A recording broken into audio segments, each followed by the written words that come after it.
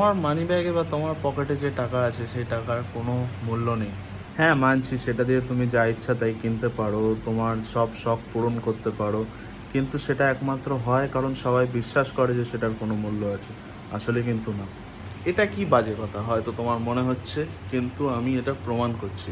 মনে করো প্রাচীন যুগে তুমি ব্যবসা করতে যাচ্ছ ইন্ডিয়া থেকে কোনো বিদেশে।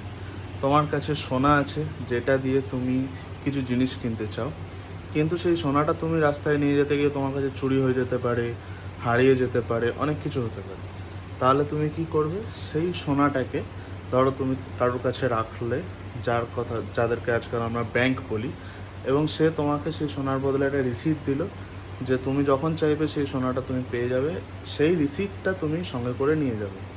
তাতে তোমার হারিয়ে যাওয়া বা চুরি হয়ে যাওয়ার চিন্তাটা নেই।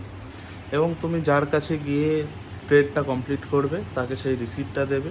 সে সেই রিসিপ্টের অনুযায়ী মানি বা গোল্ড সেই ব্যাংক থেকে কালেক্ট করবে। এই সেম উপায়ে মডার্ন ব্যাংকিং চলতো 1600 থেকে 1800 খ্রিস্টাব্দ অবধি। তারপর সব ব্যাংকরা মিলে ডিসাইড করে যে আমরা আর পয়সার বদলে মানে পয়সার সাথে গোল্ডটাকে অ্যাটাচ করে রাখবো না, দুটো আলাদা জিনিস। Money will not be backed by gold. এবং সেখান থেকে মানি শুধুমাত্র আমাদের বিশ্বাসেই চলে।